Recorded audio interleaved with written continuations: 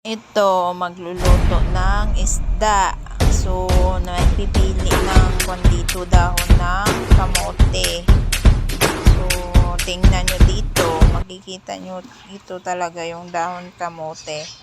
Ano tawag sa inyo ito? Yung dahon kamote is yung pag once na tawag yun, nanulod siya kung sa mga Bisaya, mga may bunga na siya, is yung loban niya is color yellow ang kamote niya. Color yellow. So, masarap din ito ilagay sa isda, lalo na sa mga sinigang. So pilian namin ito kasi lutuin ng friend ko.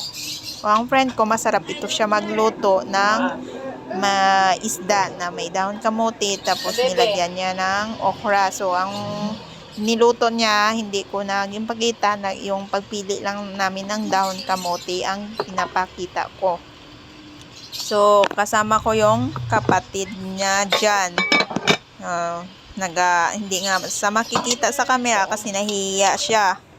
So, dyan, mamaya magpapakita din yan siya. So, saya namin kaya yung kuwan kami dyan. Nagpili kami ng dahon kamote kay may nag-uusap-usap kami about sa mga kahit ano-ano lang, mga about sa mga pagbo-boyfriend, ganun yung usapan namin dyan.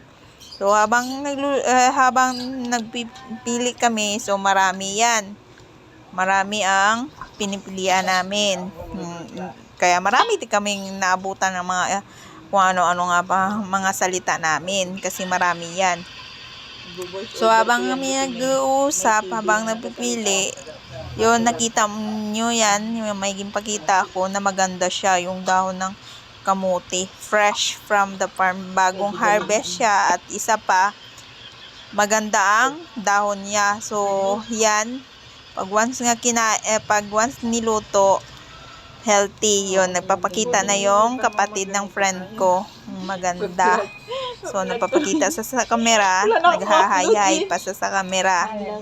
So, yun. Ang cute niya.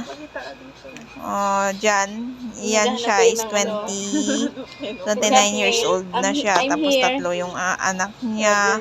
Tapos mag-a-apply din yan siya abroad. So, habang napipili kami dyan, tawanan kami kahit ano lang yung usapan namin. So, matapos lang namin yan. Ang dami kasi, so masaya kami habang nagpipili ng dahon kamote. Kasi binili ng friend ko yan, tapos gihugasan niya, tapos tulungan ko siya magpili ng dahon kamote. So, nakikita nyo dyan, habang napipili kami, so matagal-tagal matapos kasi marami. Yun yan, maganda yan sa health natin, yung dahon kamote. Kasi yan, may mga maganda sa kuwan natin yan. Hindi lang sa kutis natin, sa balat din natin. At saka dagdag din, may talino din kumbaga dagdag kasi yun. Yun, makikita dyan. Masaya kami, natawa nga ako kasi hindi pala naka-record. May usapan kami na dyan. Minsan kasi ganun ako eh. Kaya masaya. Nakalimutan ko pindutin, hindi pala So, naka-record. kayo guys, nagluluto din kayo ng dahon kamote na kulay violet siya. Nagluluto kami ng